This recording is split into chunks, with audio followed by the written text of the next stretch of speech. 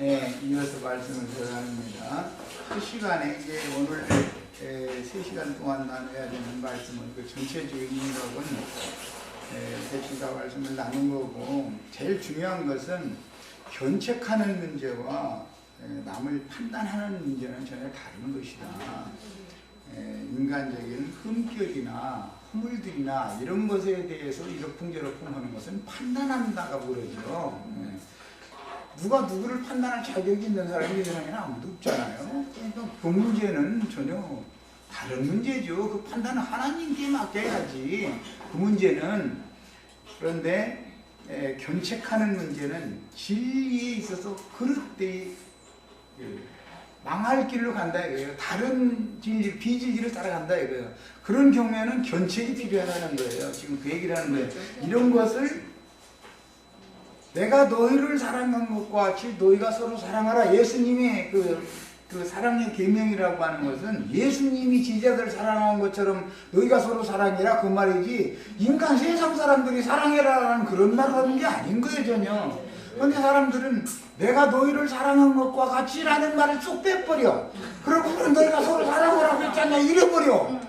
그러다 보니까 뭐예요? 빼거나 같은 말이지만 어떤 사랑을 하라고 했는지에 대한, 내가 너희를 사랑한 것과 같이 라는 말을 빼버리면은 세상 사랑이 돼버리잖아.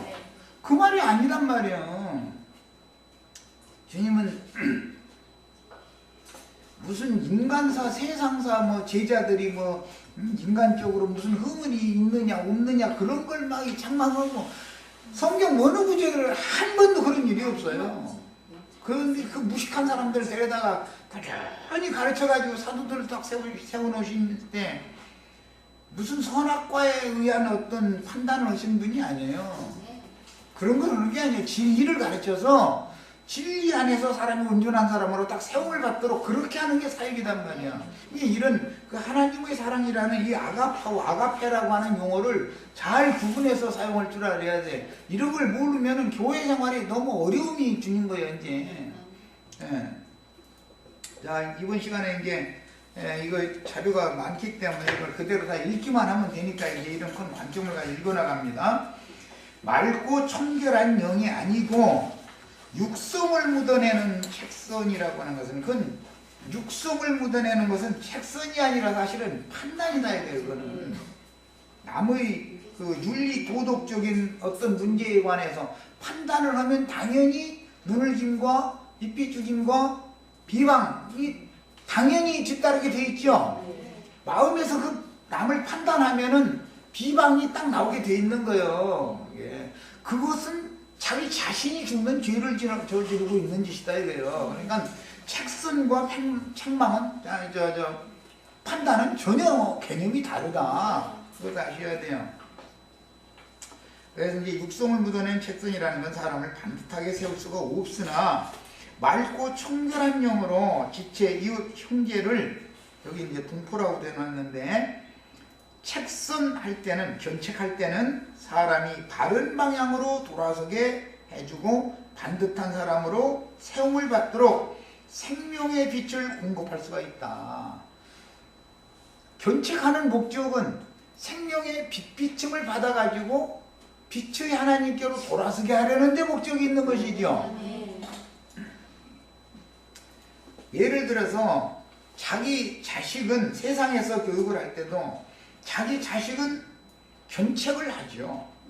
남을 데려다가 견책하는 사람은 없어. 남을 견책하려고 하면 그 아이가 저희 부모한테 가서 나 누구 엄마한테 오늘 혼나고 왔다 그러면은, 아무게 엄마 뭐 그렇게 당신이 그렇게 잘나고 똑똑해가지고 당신 자식이나 교육 잘 시켜 이러지, 고맙다고 이럴 사람 없어. 그냥 남의 일에 관여할, 남의 죄에 관여할 필요는 없고 내 자식이나 잘 견책해서 가르치면 되는 거예요.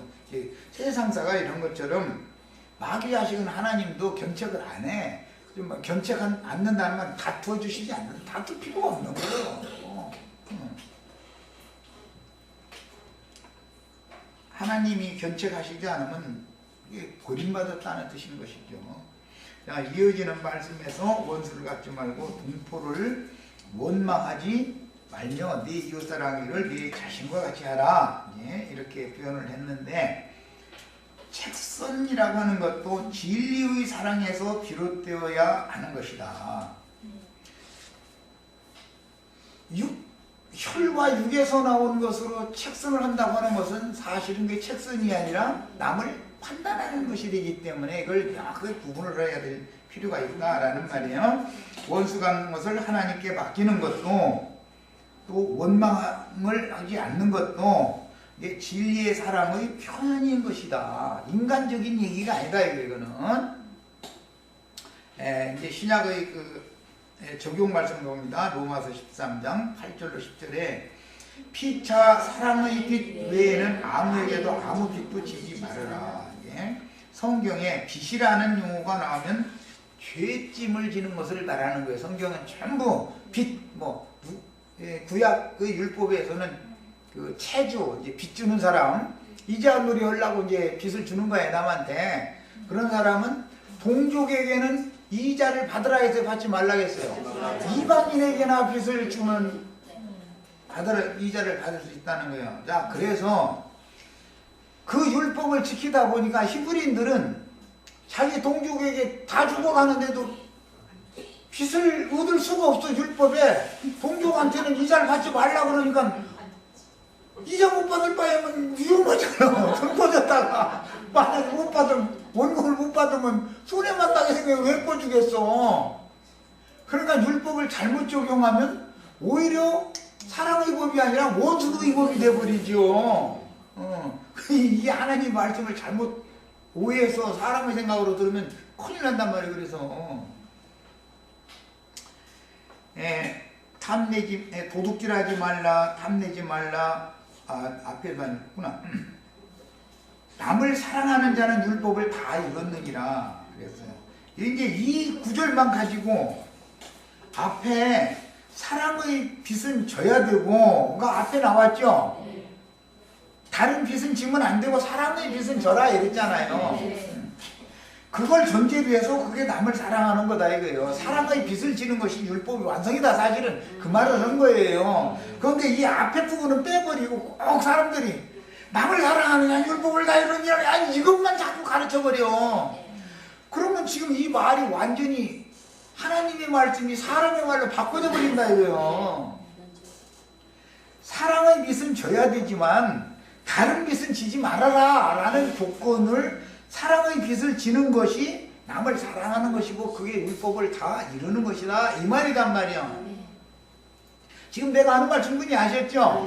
예수님이 제자들 보고 내가 너희를 사랑한 것과 같이 너희가 서로 사랑하라 그러셨으면 그 말씀 전체 말하고자 하는 앞부분을 전제를 해서 뒷부분을 해석을 해야 하는데 세상에서는 우리가 서로 사랑하라고 했다고 이 얘기만 해버려. 그러면 세상 말이 돼버리는 거잖아요. 하나님이 죄인된 제자들을 사랑한 것과 같이 죄인들을 피로 사서 구속받은 너희는 서로가 사랑해라 지금 그 말이지 죄인들이 서로 사랑하라는 말이 아니잖아 지금. 백이루집 아주머니 잘 지내라 그 말로 한 말이 아니란 말이야. 이거는 하나님이 먼저 사람에게 사랑을 하셨기 때문에 사람은 그 사랑을 다른 사람에게 줄 수가 있어야만 정상적인 것이지 사람에게서는 사실은 나올 것도 없으면서 판단이나 나오고 입비 죽이는 것이나 나오고 비판이나 나오지 인간 속에서 뭐가 나오기는 무슨 놈의 사랑이 나와. 그래 하면서 인간들끼리 서로 허락했다고 이렇게 성경을 오해시켜서 가르치면 큰일 난단 말이야. 자, 율법이 완성 말할 때도 그래. 피차 사랑의 빛 외에는 아무에게든지 아무 빛도 지지 말아라. 그 말은 피차 사랑의 빛은 져야 된다 지금 그 말이죠. 이것을 전제 조건으로 해서 남을 사랑하는 자는 율법을 다 이뤘느니라 이렇단 말이야. 사랑의 빛을 서로가 이제 지어야 되는 거예요. 그것이 율법의 완성이요 이 말이요. 간음하지 말라, 살인하지 말라, 도둑질하지 말라, 탐내지 말라는 것과 그 외에 다른 예명이 있을지라도 내 이웃을, 여기는 앞에서는 피차라고 되어 있었죠? 네. 내 이웃을 내 자신과 같이 사랑하라. 율법에는 내 몸과 같이, 근데 여기서는 자신과 같이라고 이제 바꿨어요. 하신 그 말씀 가운데 다 들었느니라. 사람은 이웃에게, 그러니까 피차가 자신과의 이웃과의 관계가 연결성이 있죠. 이웃에게 악을 행하지 아니하나니 그러므로 사람은 율법의 완성이니라. 이것이 레위기 19장 18절의 해석이에요. 자, 그 다음에 갈라디아서 5장 13절로 14절도 봅니다. 같은 그 흐름이니까 형제들아 너희가 자유를 위하여 부름을 입었으나, 이것은 양심의 자유를 말하는 것이죠. 구속받으면 죄짐에서부터 해방받기 때문에 자유자가 되는 거죠. 그냥 참소를 더 이상 받아들이면 안 된다 그 말이에요. 이건 뭐 지난 시간에 내가 이제 아주 강조해서 말씀드렸으니까, 하나님이 우리를 의롭다 하셨으면 마귀가 와서 나를 참소해서 받아들여줘야 돼요? 거부해야 돼요? 나의 현상은 그럴지라도 하나님은 나 같은 사람을 받아주셨기 때문에, 하나님이 한번 의롭다 하셨으면 그 누구도 정죄할 수가 없는 거예요. 이 진리를 알아야 돼. 그래야 진리를 알지, 진리가 너희를 자유케 해준다. 진리를 모르면 양심의 자유를 받을 수가 없죠. 참 내가 잘못할 때마다 참소는 계속 오게 마련인데 어떻게 자유를 누려? 말도 안 되지. 그래서 진리를 가르침 받나 이렇게 중요한 거예요. 그 다음에 그러나 그 자유로 하나님이 우리를 자유케 해주신 그 자유로 말이요, 생명의 성령의 법으로 죄와 사망의 법에서부터 속량, 구속, 풀어서 해방시켜준 이 자유로 육체의 기회를 삼지 말아라. 이게 이제 영지주의자들이 이 짓을 했기 때문에 그런 거예요. 우리는 영으로 구원을 받았다. 그러니까 뭐 육체는 막 살아도 되는 것처럼 이렇게 가르쳤거든. 그게 그런 자유를 주신 목적은 육체의 기회를 삼으라고 준 건 아니죠. 육체를 이겨야지, 이기는 것이 아니라, 아니 육체를 내가 이기는 것이 아니라 육체를 부인해야지, 부정하고 버려야지. 그걸 말고 오직 사랑으로 서로 종로릇하라. 그러니까 피차 사랑의 빚을 진다라는 것은 피차 서로 사랑으로 종로릇한다, 지금 그 말이 되겠죠.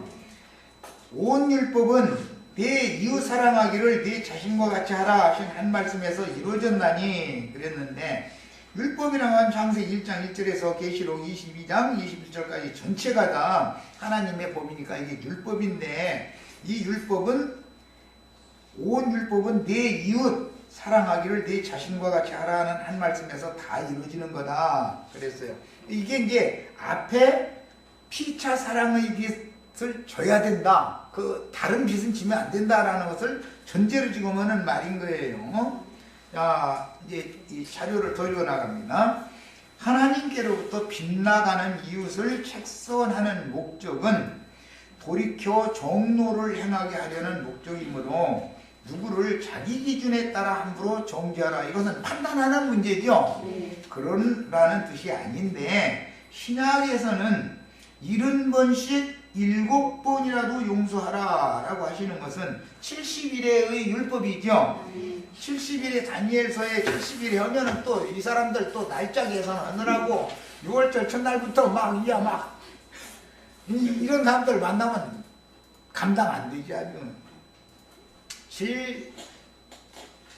70일에는 70번씩 7번이라고 예수님이 적용을 했죠. 이것은 용서의 복을 말한단 말이에요. 그래서 다니엘서의 그 70일에가 이제 7일에 62일에 나머지 한 일에 도합, 이게 70일인데 이 율법을 완성하게 되면 모든 죄를 다 속량해버리고 다시는 그들의 그 지은 죄가가 기억조차도 없어져 버리는 거. 이것이 이제 예루살렘의 완전한 회복이단 말이야. 죄과를 기억을 끝내 하신다면 바벨론에서 70년이 마쳤으면 돌아온다라는 거 이제 70일의 근거인데, 지난 죄 때문에 바벨론에 다 자기 백성들을 쫓아보냈었죠. 70년이 차면 돌아오게 해주겠다는 약속이 있었죠. 그게 70일의 율법이 된 거예요. 그러면 돌아올 때가 됐다는 말은 신년이 찼다라는 말이고, 발끝에서 정수리 끝까지 문둥병이 꽉 차버렸다. 더 이상은 문둥병이 번질 데가 없게 돼버렸다. 유출병자 같으면 이 사람은 도무지 사람으로서는 고칠 수 없는 사람으로 완전히 자기를 부인하고 포기해버린 상태가 됩니다. 그런 경우는 그를 희년이 찬 사람이기 때문에 71회가 70년이 찬 사람이기 때문에 해방시켜서 바벨론의 종살이에서 해방시켜서 본토 예루살렘으로 돌아오게 해주는 해를 말한단 말이에요. 그때 하나님이 너희 과거에 이런 죄를 진 것이 아직 남았어 그러면 돌아올 수 있어요 없어요? 못 나오는 거요. 70년이 아직 차지 않은 사람이니까 그 말이란 말이에요. 그래서 이것을 적용할 때 예수님은 71회를 70번씩 7번을 용서해라 라고 적용을 했단 말이에요. 예. 성경이 말하는 바는 전부 구속사에 관한 말씀을 말하고자 하는 것이지 인간 나라의 무슨 시간으로 70년이냐 뭐 50년이냐 그런 얘기가 아니란 말이에요. 희년은 50년 만이고 문자대로면 그 다음에 바벨론 포로에서 돌아오는 건 70년 만에 돌아오는 거예요. 문자대로 그대로 하자면. 그런데 그것은 전부 구속사를 말한다 이거예요. 주님께서 나에게 오셔서 나의 모든 지난 죄를 용서하시고 다시는 나의 지난 죄에 대해서는 기억도 안 해. 그러면 하나님이 나를 의롭다 하셨으면 나는 71회가 이루어진 사람이죠. 그 신령이 찬 사람이요. 그런 뜻으로 말한다 이 말이에요. 성경이라는 건. 그러니까 이 성경 해석을 참 가르침을 잘 받아야 돼 사람이. 그 누구라도 누구를 함부로 판단할 자격이 없고 오직 주 예수 그리스도의 은혜를 의지하도록 서로에게 은혜를 끼치고 독세움을 입어야 합니다. 이것이 교회 생활이란 말이에요. 형제를 사랑하는 교회 생활이에요. 그 누구도 남의 일에 대하여 책선한답시고 함부로 정죄하고 판단함으로. 세상 사람은 다 그러죠. 그리고 어떻게 비밀을 꼭 캐내는 걸 그렇게 아주 맛들린 사람이 있어. 그리고 비밀 캐내가지고 전화 한 통화 이거 슬쩍 해서 다 일러주지도 않아. 슬쩍 이렇게 일러줘. 그러고 나서 궁금하게 만들어. 그러면 아주 통신사예요, 통신사. 아주. 그것이 다 죄인들의 행습이다. 이게 하나님이 가장 미워하는 자들이다. 이게 그게. 저주받은 율법 제사장들이 하던 행습을 이어받는 것인데 그게 마귀 자식들이 하는 짓이죠. 하나님의 자식으로 태어났으면 남의 죄에 대해서는 거울로 삼는 거예요. 그 지체가. 그러면 하나님이 나에게 경고를 보내시구나 라고 받아야 되는 것이 그 지체에 대해서 판단하라는 말이 아니란 말이에요. 내가 그 지체를 판단할 자격이 있는 사람이 아니니까 모든 판단은 하나님이 하시는 거예요. 그런 문제는. 그러나 진리를 옳게 분별해주는 문제에 있어서는 명확하게 해야 된다. 이런 말이에요. 말하자면 그리스도 심판 때에서는 그날의 주님의 공의로운 판단과 책선을 내 자신이 남을 판단했으면 내가 그리스도 심판 때에서 하나님의 판단을 나는 피할 수 없다. 그러니까 세상 사람일 때 하던 그 버릇을 교회에 와서는 딱 끝내야죠. 이건 뭐 절대로. 이게 거듭나고 구원받은 사람이에요. 자, 이제 누가복음 10장 25절 37절 인용한 말씀이 있습니다. 없던 율법사가 일어나 예수를 시험하여 가로되 선생님 내가 무엇을 하여야 영생을 얻으리까? 예수께서 이르시되 율법이 무엇이라고 이렇게했으며 네가 어떻게 읽느냐? 이게 참 중요한 말이죠. 기록된 것은 예수님이 읽는 성경이나 이 율법사가 읽는 성경이나 이게 이제 그 마태복음에서는 부자 청년이라고 되어 있죠. 이 율법사가. 근데 예수님이 읽는 성경이나 부자 청년이 읽는 성경이 글자가 다른 건 아니죠. 기록된 건 똑같이 기록됐는데 읽기는 율법사가 읽는 것과 예수님이 읽는 것이 다르게 읽어질 수가 있죠. 오늘 우리가 지금 그거 계속 가르침 받는 거예요. 예를 들면 목사님이 읽는 것과 우리가 읽는 것이 성경 자체가 다른 건 아니잖아요. 똑같은 것이죠. 그런데 읽어지기는 달리 읽어져야 된단 말이에요. 하나님의 마음을 읽어야 되는 거니까. 그 말이에요. 그래서 무엇이라고 기록되었으며 먼저 물어보고 나서 네가 그 기록된 것을 어떻게 읽느냐라고 질문을 딱 하신 거예요. 예수님처럼 읽어야지 우리도. 똑같은 구절을 읽어도 대답하여 가로되 네 마음을 다하며 성경은 바삭하게 하는 사람들이니까 하여튼 목숨을 다하며 힘을 다하며 뜻을 다하여 다 할 것들이 한 가지 추가됐어요. 원래 성경에 없는 거 한 가지가 더 있어. 신명기 율법에 목숨을 바치라는 말은 뭐는 없어요. 목숨이라는 게 대표시 혼 생명을 말하기 때문에 혼으로 하나님을 섬기라는 말씀이 아니요. 이거 이 사람이 꿈에서 넣은 거예요. 영으로 섬겨야지. 하나님은 영이시기 때문에. 그렇죠? 응? 영 안에서 섬겨야죠. 혼적으로 섬기라는 말이 아니요. 이 사람이 이 하나를 넣은 거 율법엔 이게 없어요. 혼으로 섬기라는 말이 어디가 있어. 주 너의 하나님을 사랑하고 또한 네 이웃을 네 부모와 같이 사랑하라 하였나이다. 주 너의 하나님을 사랑하라 라는 말을 앞에다 다 넣었어. 그런데 참 이 사람들은, 종교인들은 허공 어딘가 계신 하나님을 위해서는 목숨 내놓죠. 그런데 우리 윤자매님 위해서 목숨 좀 바쳐라 그러면은 미쳤느냐고 이럴 거 아니에요. 그러니까 이게 성경을 전혀 모르는 사람들이 허공 어디에나 있을 거라 신하고 자기네들이 상상하고 있는, 자기네들이 만든 신을 위해서는, 그게 이제 고안해내서 뭐 이게 금장색을 통해서 만든 신이다 그러는데 그 신을 위해서는 목숨까지 바쳐. 그러느라고 예수님도 죽이고 사도들도 죽인 거 아니에요. 자기네들이 그 하나님 성경 예법을 지키느라고. 그런데 그게 종교인이다 이거예요. 현상적으로 서형제를 사랑하는 것이 주님을 사랑하는 거예요. 왜? 서형제가 주님이 서형제와 함께 계시니까. 이것이 복음이다. 자, 그 다음에 예수께서 이르시되 네 대답이 틀렸다고 하면 옳도다. 그러니까 이를 행하라. 그러면 살리라. 여기 살리라 했고 앞에서 이 친구가 영생을 얻으리까. 그러니까 영원히 살리라 라는 말인 것이죠. 알고 보면 살리라 하시니 사랑하면 영원히 사는 거예요. 말하자면 이 사람이 자기를 옳게 보이려고 이 읽기는 잘못 읽은 거지 지금. 자기를 옳게 보이려고 예수께 여쭤는데 그러면 내 이웃이 누구니까? 하나님은 아는 체 하는 거예요. 예수님 보고 지금 하나님이라고 믿고 있어요? 안 믿고 있어요?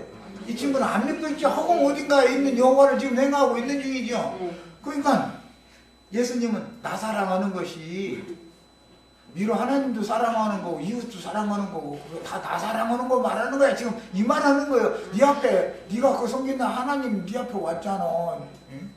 내가 네 이웃이야. 이 말이요 지금. 그런데 이 친구는 이 율법을 잘못 읽고 있는 거예요. 읽기는. 예수께서 대답하여 가라사대 어떤 사람이 예루살렘에서 여리고로 내려가다가 강도를 만나매 강도들이 그 옷을 벗기고 때려서 거반 죽은 것을 버리고 갔더라. 이 말을 여기서 어떤 사람이 여리고로 내려가다가 이 강도 만난 사람은 예수님 자신을 지금 말한 중이고 그 강도는 누구냐? 너 이놈아, 너는 강도야 이놈아. 이 말이야 지금. 건데 읽을 줄을 아니야 말이지. 똑같은 말씀 읽어도 율법사 이게 오늘날 말하는 목사님이잖아.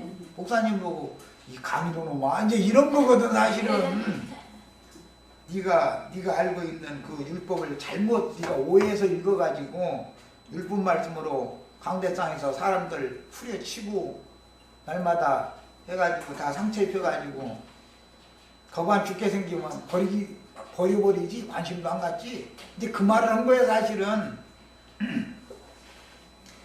마침 한 제사장이 그러니까 이 율법사가 제사장 이제 레위지파 중에서도 아론이 지켜주는 제사장이잖아. 그 길로 내려가다가 그를 보고 피하여 지나가고. 왜 피하여 지나갔을 것 같아요? 아무리 졸라도 강도가 아무리 뒤져봐도 나올 것이 있으면은 그 사람 그렇게 않잖아요. 이제는 더 이상은 나올 것이 없는 거예요 이 사람은. 아무리 죽져도 막 그것도 다 털려버렸는데 뭐. 지나가고 또 이와 같이 한 레위인도 그곳에 이르러 그를 보고 피하여 지나가되. 그러니까 이게 이 율법자 서기관 바리새인 이 사람들을 염두에 두고 지금 하는 말씀이잖아. 강도들은 다 이런 놈들이거든. 제사장과 레위인들은 사실은 오히려 강도 만난 자를 불쌍히 여겨서 입으로는 하나님 사랑, 이웃 사랑 뭐 떠들지만 사실은 말씀을 잘못 읽고 있다. 그런 사람들이 오히려 말씀을 잘못 오해하고 있다. 그 얘기 해주신 거거든. 어떤 사마리아인은 왜 사마리아인이라고 비유를 했냐면 사마리아 사람들은 이방의 혈통이 섞여가지고 아주 부정한 자라고 상종을 안 했었기 때문에 의도적으로 이렇게 이제 비유를 한 거죠. 여행하는 중 거기 이르러 그를 보고 불쌍히 여겨 가까이 가서 기름과 포도주를 그 상처에 붓고 싸매고. 이 기름과 포도주는 뭐 구약 성경에 이제 관유를 붓는 율법이나 그다음에 상처, 특히 이제 중처 이런 데라면 무화과를 으깨어 가지고 이제 발라주거나 포도즙을 해가지고서 이제 거기다 발라주고 약채로 이제 쓸 때 유대인들이 생활을 그렇게 했기 때문에 한 말이에요. 이것도 다 비유예요. 주의 성령을 부어주시는 거, 그 다음에 진리의 말씀을, 생명의 말씀을 이렇게 공급해 주는 것을 상징하는 비유예요. 그 상처에 붓고 누구한테 상처받았냐면 강도 만나가지고 의도 맞아가지고 상처난 거잖아 지금. 자기 짐승에 태워 주막으로 데려가서 이 자기 짐승은 제자들을 말하는 거죠. 지금 이때 당시는 예수님이 육신의 몸을 말하는 거예요. 예수님의 영은 육신의 몸을 입고 지금 이게 운행을 하고 있었으니까 태워 주막으로 데리고 갔다. 이제 주막이 교회를 말하는 것이죠. 우리가 이 생에 사는 동안 행님과 나그네들이기 때문에 교회를 세우셨어요. 그 교회가 주님의 주막이에요. 여기서 나그네들이 고노면 들어가서 쉬고 공개도 받고 이렇게 하라고 한 거예요. 가서 돌보아주고 이튿날 데나리온 둘을 내어 주막 주인에게 주며 가로되 이 사람을 돌보아주라. 부비가 더 들면 내가 돌아올 때 갚으리라 하였으니 내 의견에는 이 세 사람 중에 누가 강도 만난 자의 이웃이 되겠느냐. 가로되 자비를 베푼 자니이다. 자기가 레위인 제사장의 신분으로 강도 노릇을 하고 있으면서도 이 말을 듣고 자기라고는 아직 생각을 못하고 있는 거예요. 자비를 베푼 자니이다 라는 건 아직 객관적인 말을 하는 거잖아요. 이 사람 아직도 내가 강도다라는 걸 깨닫지 못하고 있는 거지. 예수께서 이르시되 가서 너도 이같이 해라 라고 했으니까 너는 지금 그 짓을 않고 있지 않냐. 너는 강도짓이하고 있지. 상처난 사람을 이렇게 치료해주는 역할을 너는 하지 않지 않냐. 지금 그 말이잖아. 예수님한테 이게 지금 어마어마한 꾸중을 들었는데도 모르는 거예요. 사람은 말귀를 못 알아듣고. 그 다음에 에베소서 그 이웃이라는 것이 뭔가를 정확하게 하려고 에베소 4장 25절 인용했어요. 그런지 거짓을 버리고 각각 그 이웃과 더불어 참된 것을 말하라. 이는 우리가 서로 지체가 됩니다. 이웃이 지체지요. 지금 구약성경에서는 동포라고도 했고 이웃이라고도 했고 형제라고도 했어요. 이게 다 가까운 근족 관계로 성경에서는 비유를 한다 이래요. 자, 본문 말씀은 최고한 율법의 완성인 지체, 형제 사랑의 교회 생활로 이루어야 할 그리스도의 율법을 설명하는 중요한 신약의 율법입니다. 교회 생활 중에 헛된 영광을 구하여 격동하며 투기하는 일로 범죄한 일이 드러난 형제를 보거든 온유한 심령으로 권면하여 그런 자를 바로잡고 자신을 돌아보아서 혹시 나는 저 형제와 같은 시험을 받지는 않는지를 살펴야 하며 경계로 삼아서 주님의 은혜에 자신을 부탁하고 지체를 불쌍히 여기면서 서로 지체의 흠결과 허물을 의침을 덜어주어야 합니다. 예를 들어서 이건 이제 생명관계인 부모나 뭐 아주 가까운 본적인 이제 형제나 그렇다면은 어린 자녀나 동생이 어디 가서 뭔가 명백한 잘못을 해가지고 온 동네 사람이 모여서 다 막 이렇게 욕을 하고 난리를 내. 그러면 엄마는 자기 자식을 앞에다 놓고 욕을 자식이 받게 하면 안 되는 거지요. 돌을 자기 자식이 돌을 얻어맞게 만들면 안 되잖아요. 자기 자식은 뒤를 딱 감추고 내가 잘못했다. 내가 죽을 죄인이지. 이건 너무 어려서 철없어서 그걸 몰라서 그랬다고 용서해달라고 이래야 맞는 거 아니에요. 이것이 예수님의 구속이다 이런 말이야. 이게 이런 사랑을 하라는 말인데 그러면 자식을 살리기 위해서 그 돌은 아버지나 어머니가 맞아야 되는 것이거든 당연히. 그런데 목사님들은 돌을 던지려고는 하지 자기가 어떤 지체의 어떤 문제 때문에 자기가 그 돌을 맞으려고는 안 하니까 이게 율법사가 하는 짓이 그런 짓이라는 거잖아 지금. 하나님의 율법이 모든 요구를 다 이루는 것은 내 이웃 사랑하기를 내 몸같이 하라는 말씀인데 주 예수께서는 본문 말씀을 이루기 위하여 자신의 부활된 새 몸인 교회를 사랑하시되 자신의 생명을 버리기까지 즉 끝까지 사랑하셨다 이렇게 돼 있어요. 뭐 자식이 문제라면 그 부모는 끝까지 사랑하는 건 너무 당연한 것이죠. 자식을 위해서 부모가 생명을 버릴 수는 있지만 부모를 위해서 자식이 생명 버린다는 건 어렵다는 거예요. 원래 내리사랑이다. 그래서 진리를 대적하는 범죄에 떨어지고도 깨닫지 못하는 이웃을 방관하는 것과 남의 죄과에 대하여 간섭하는 것은 다르다. 이건 이미 말씀드렸어요. 방관하는 것은 그 형제가 망하는 것을 뻔히 알면서도 방치하는 것으로서 깨닫도록 책선하지 않는 것은 그 이웃을 사랑하지 않는다는 증거다. 무관심한다는 증거다. 미워한다는 뜻이다. 라고 오늘 번역엔 번역을 그렇게 해놨죠. 그러나 율법 선생이 되어 남의 범죄나 허물들에 대하여 마치 자기가 심판자인 것처럼 주장하는 자세로 함부로 정죄하고 판단하는 것은 더욱 악한 짓이다. 이거는 그냥 방치하는 것보다도 더 악할 수가 있는 것이죠. 그래서 돌로 던질 때 그 주인이 맨 먼저 돌을 던지는 거거든. 그래서 빙글러 서서 어떤 사람을 정죄하고 그 돌을 던질 때 증인이 정죄를 하고 먼저 던지거든. 그게 그 사람이 제일 악한 거지. 같이 돌 던진 사람 중에서도 이런 이치를 알아야 되는 거다. 그 다음에 그가 깨닫고 진정으로 뉘우치며 주님께 돌아올 수 있도록 위하여 기도하면서 온유한 영과 친근한 마음으로 권면하고 타일려서 바로잡아 주므로 그리스도의 율법을 실행을 해야 합니다. 이게 교회 생활이에요. 진정한 사랑의 율법을 실행하는 교회 생활은 이웃이 짊어진 죄 빚을 나도 함께 나누어지고 빚을 탕감해주는 생활을 말하는 것이다. 예수님은 이 일을 위하여 세상에 보냄을 받았던 것이죠. 이것은 오직 복음 전파를 통해서만 실현되는 그리스도의 율법입니다. 그러니까 진리의 사랑이라는 것은 인간적인 사랑과 다르기 때문에 진리의 말씀을 증거를 해줘서 진리의 하나님께로 사람이 돌아서게 만들어주는 것을 책선한다 이렇게 말한단 말이에요. 견책한다. 이것은 판단하는 것과는 전혀 다른 얘기인 것이죠. 우리 모든 죄인들은 본래 죄와 허물들로 인하여 하나님과 원수된 관계였으나 우리 구주 예수 그리스도께서는 원수된 죄인들을 원수로 대하지 않고 원수를 사랑하시되 자기 몸을 죽음에 넘기기까지 사랑하셨습니다.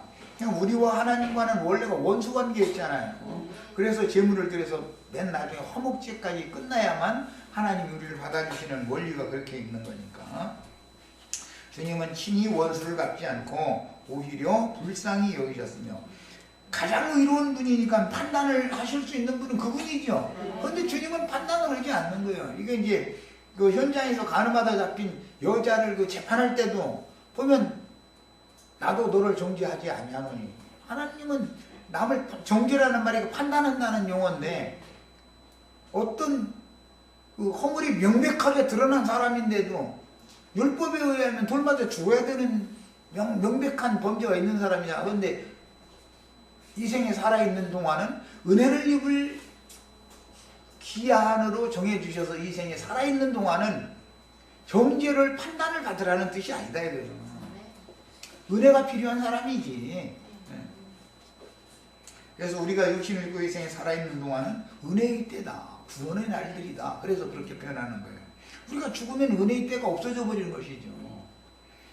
그래서 오히려 불쌍히 여기셨으며 미움의 마음으로 대하지 않고 무한한 자비와 긍휼로 대하셨으며 끝까지 사랑으로 대하여 아버지께서 반포하신 율법을 친히 그 영과 혼과 몸을 통해서 전인격적으로 이루셨습니다.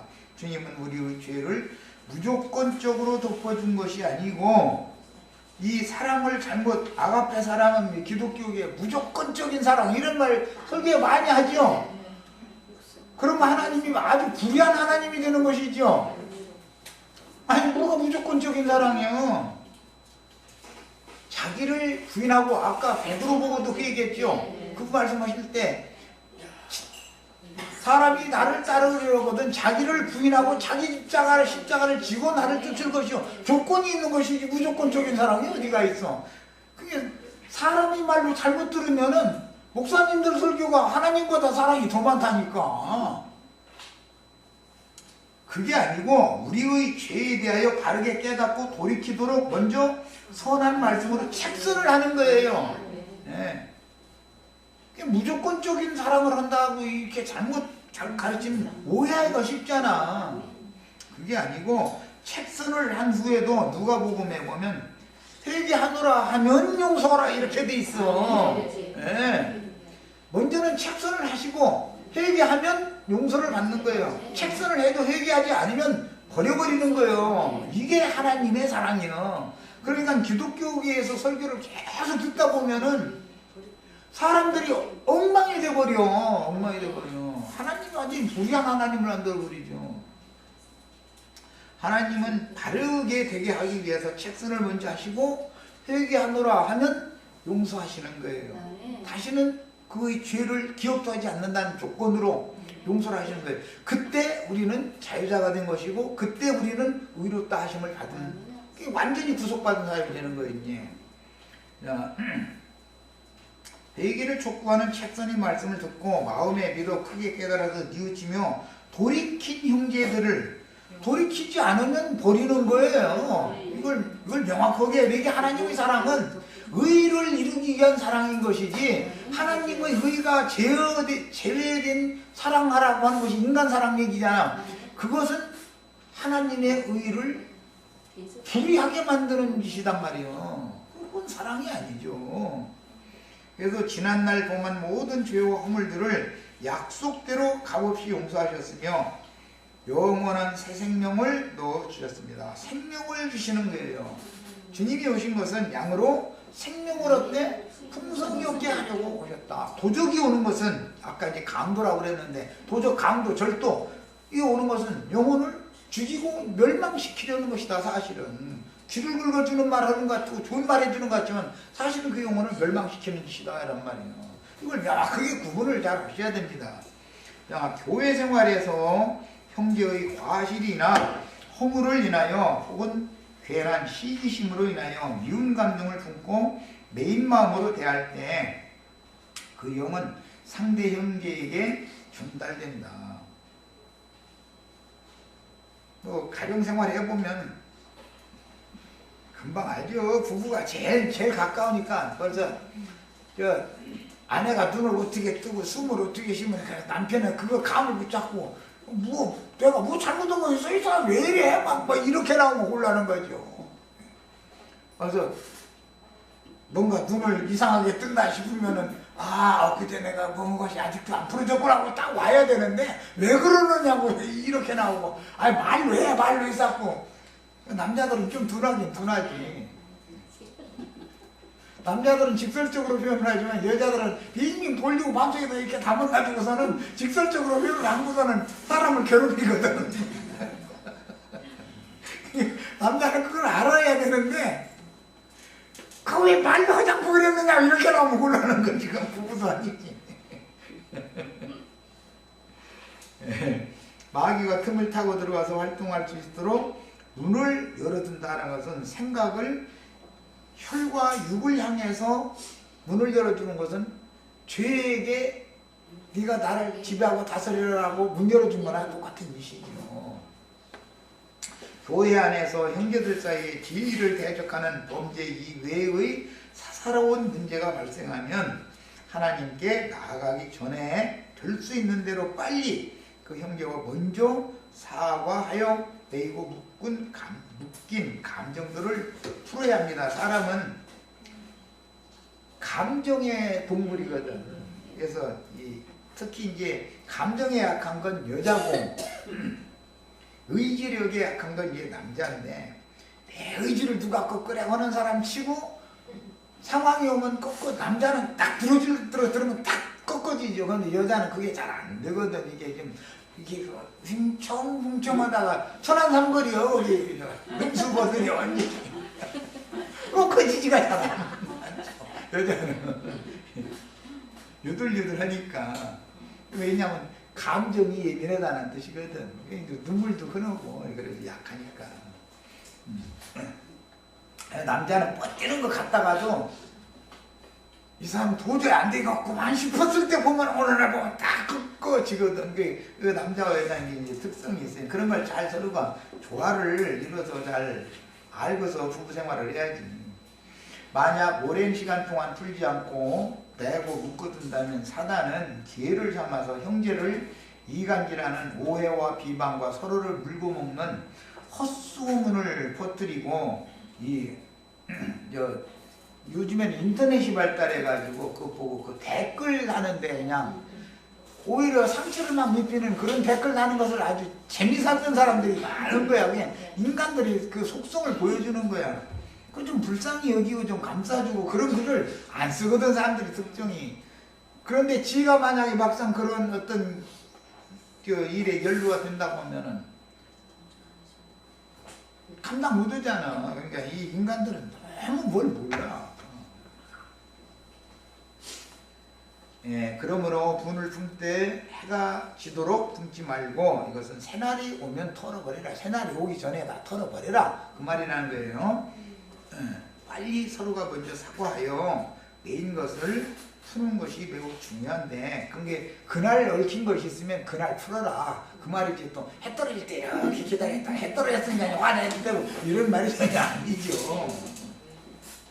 자, 세상에 있는 자기 사람들을 사랑하시되 끝까지 사랑하셔서 얻으신 제자들에게 내가 너희를 사랑한 것 같이 너희가 서로 사랑하라 하신 말씀으로 분부하신 최고한 법이며, 이 법을 지킴으로 율법의 모든 요구를 완성하는 하나님의 분부요 부탁입니다. 이게 레위기 19장 18절을 예수님이 최고한 법이다. 그래서 율법의 완성이다. 이게 여기서 인용한 말이에요. 자, 레위기 19장 17절로 18절에서 원수를 갚지 말라고 하신 말씀하신 그 원수는 나에게 죄를 범한 형제들을 의미하는데, 이에 따라서 너희 원수를 사랑하며 너희를 핍박하는 자를 위하여 기도하라. 예수님은 이 레위기 율법을 마태복음 5장 43절에서 44절 사이에 법 적용을 말씀하셨어요. 사도 베드로는 함께 주님을 따르던 제자 중에 자기에게 걸림돌 노릇을 하던 형제가 미웠기 때문에 주여 형제가 나에게 죄를 범할 때 몇 번까지 용서해야 됩니까? 7번까지 하리까? 라고 질문하였습니다. 7번까지 나에게 죄를 범한 형제를 용서하는 것은 인간의 한계에 대한 상징이다. 이것도 이제 완성으로 완전수를 사용한 거기 때문에, 만약에 번수로 횟수로 이렇게 한다면은 자지러져 죽어. 7번 용서할 사람이 이 세상에 하나도 없고, 하루에 7번 용서할 사람이 이 세상에 누가 있어요? 말도 안 되는 소리. 이것도 다 성경의 표현은 다 이렇게 완전수를 사용해서 사람이 할 수 있는 최대치를 지금 연대에 둔 말이죠. 그 질문에 주님은 70번씩 7번 7번을 70번씩 7번을 70번이나 같은 말이지 라고 답변하셨는데, 이 말씀이 곧 레위기 19장 17절로 18절의 최고한 율법을 완성하는 방법이다 라는 것을 깨달아야 합니다. 이 말은 무슨 뜻이냐? 저 사람은 이래도 저래도 저 사람은 어차피 가망 없어. 이렇게 해서 그 사람은 사람의 나의 잣대로 그 사람이 선악과의 그 기준에 의한 사람으로 바꿔지는 것을 요구하면은 끝이 안 나는 거다 이거예요. 그 자체를 포기해버려야지. 선악과라는 건 무조건 오고 하나님의 나라의 법과는 반대되는 거기 때문에 예, 저 사람은 도무지 안 되는 사람이니까 그래도 그 속에서 역사하는 죄는 미워하지만 그 사람을 미워하면 안 되는 거 아니야.